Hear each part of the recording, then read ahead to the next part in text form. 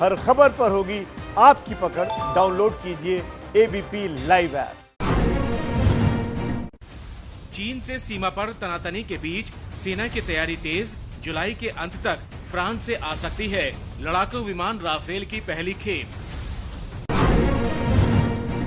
पाकिस्तान के कराची में बड़ा आतंकी हमला। कराची स्टॉक एक्सचेंज में आतंकियों ने पुलिस समेत 5 से ज्यादा लोगों को मारा। एनकाउंटर में 4 आतंकी भी मारे गए। चोरी की कार में आए थे आतंकी। ग्रेनेड बम फेंककर स्टॉक एक्सचेंज की इमारत में फायरिंग करते घुस गए थे। बलूचिस्तान से जुड़े संगठन ने पूरे हमले की जिम्मेदारी ली। जम्मू कश्मीर में आतंक के खिलाफ बड़ी कामयाबी। सुरक्षा बलों ने हिजबुल मुजाहिदीन के कमांडर मसूद समेत 3 आतंकियों को ढेर किया। जम्मू कश्मीर के डोडा को सुरक्षा बलों ने आतंक मुक्त घोषित किया। घाटी में पिछले 1 महीने में करीब 15 एनकाउंटर हुए हैं। 50 आतंकियों का हुआ है खात्मा। जम्मू कश्मीर में अलगाववादी नेता सैयद अली शाह गिलानी ने हुर्रियत कॉन्फ्रेंस से इस्तीफा दिया।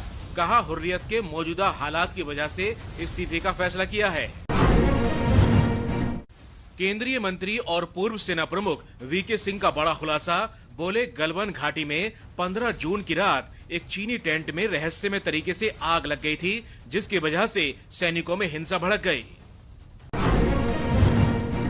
चीन से विवाद पर पंजाब के सीएम अमरिंदर सिंह बोले, पीएम केयर फंड में चीनी कंपनियों से मिले अनुदान को वापस किया जाए। कहा, कूटनीति के साथ सेना को भी तैयार रहने की जरूरत।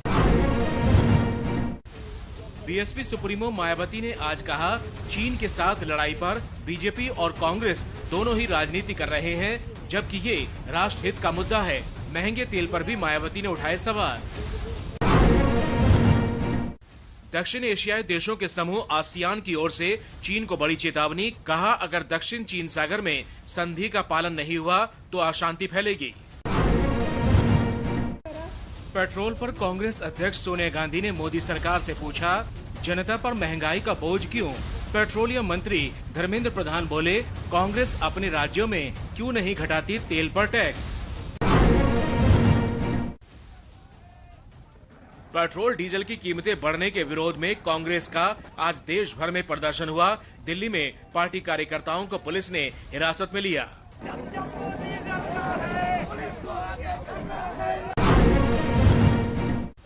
महंगे तेल के खिलाफ कर्नाटक के बेंगलुरु में पूर्व मुख्यमंत्री सिद्धारमैया ने साइकिल पर मार्च निकाला। पटना में भी कांग्रेस कार्यकर्ता बैलगाड़ी के साथ सड़क पर उतरे।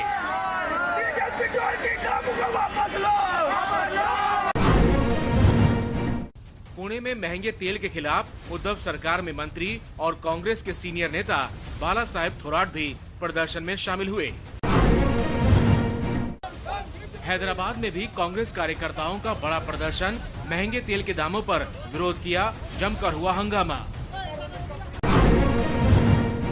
कल पूरे देश में कोरोना ने 380 लोगों की जान ले ली। 19,500 नए केस आए। देश भर में कोरोना मामलों की संख्या 5.5 लाख हो गई है। महाराष्ट्र में उद्धव ठाकरे सरकार का 31 जुलाई तक लॉकडाउन का ऐलान। शर्तों के साथ मिलेगी छूट। लॉकडाउन का नाम दिया गया है मिशन बिगिन अगेन। ठाणे में 2 जुलाई से 10 दिनों के लिए सख्त लॉकडाउन। महाराष्ट्र में कोरोना से 2 और पुलिस वालों की मौत हुई। पूरे राज्य में 77 और पुलिस वाले कोरोना संक्रमित पाए गए हैं। यहाँ 1000 पुलिस वालों का इलाज चल रहा है। दिल्ली में एलएनजेपी अस्पताल में कोरोना से जान गंवाने वाले डॉक्टर असीम गुप्ता के परिवार को केजरीवाल सरकार 1 करोड़ रुपए की मदद देगी। दिल्ली में कोरोना के मामले 83,000 के पार पहुंचे। कल करीब 2900 नए मामले सामने आए। सीएम केजरीवाल का ऐलान, दिल्ली में कोरोना से लड़ने के लिए प्लाज्मा बैंक बनाया जाएगा। यूपी में कोरोना काबू में आ रहा है धीरे धीरे।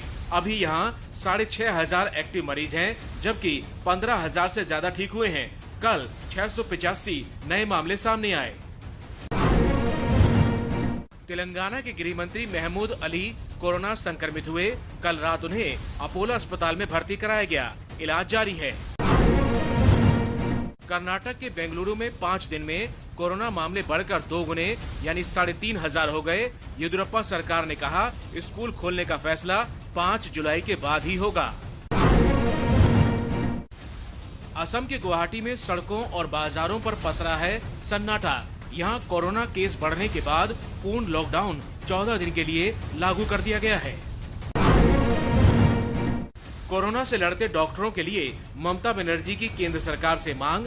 कहा पीएम मोदी 1 जुलाई को डॉक्टर्स डे पर राष्ट्रीय छुट्टी का ऐलान करें।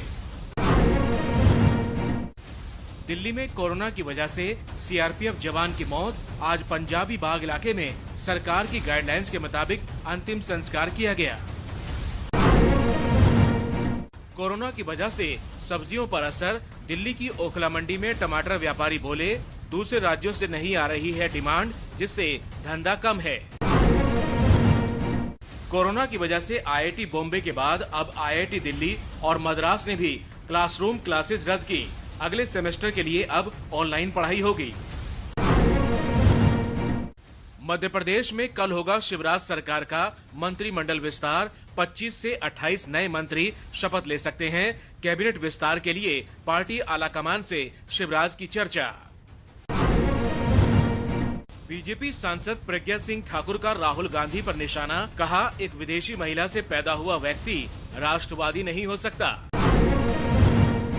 मुंबई पुणे एक्सप्रेसवे पर एनसीपी प्रमुख शरद पवार के काफिले की गाड़ी पलट गई। ड्राइवर को लगी चोटें। जिस गाड़ी से हादसा हुआ उसमें सवार नहीं थे शरद पवार। राजस्थान के शेरगढ़ में केंद्रीय मंत्री गजेंद्र सिंह शेखावत ने सड़क हादसे में घायल 2 लोगों की मदद की। अपनी कार रुकवाकर दोनों घायलों को पास के अस्पताल भिजवाया। भारत और भूटान के बीच 600 मेगावाट की विद्युत परियोजना के लिए समझौता हुआ। वीडियो कॉन्फ्रेंसिंग के जरिए विदेश मंत्री एस जयशंकर ने बातचीत की। तमिलनाडु में पुलिस हिरासत में मौत के खिलाफ लोगों में गुस्सा। मदुरई में वकीलों का प्रदर्शन। तूतीकोरिन में पुलिस हिरासत में पिता और बेटे की मौत हुई थी। टॉर्चर करने का है आरोप। मध्य प्रदेश के सीधी में स्वास्थ्य विभाग की बड़ी लापरवाही। शव ले जाने के लिए एम्बुलेंस देने से मना किया। पीड़ित परिवार शव को रिक्शे में रखकर 12 किलोमीटर दूर ले गया।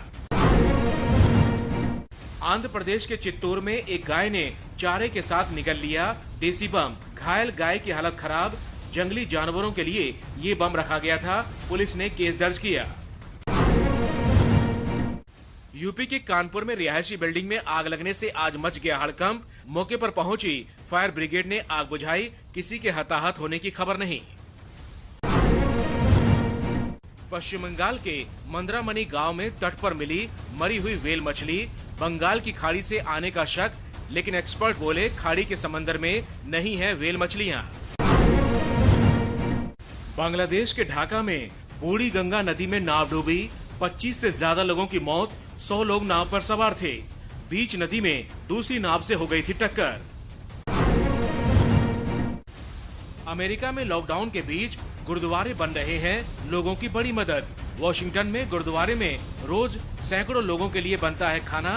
पूरी सावधानी के साथ बांटा जाता है ये लंगर।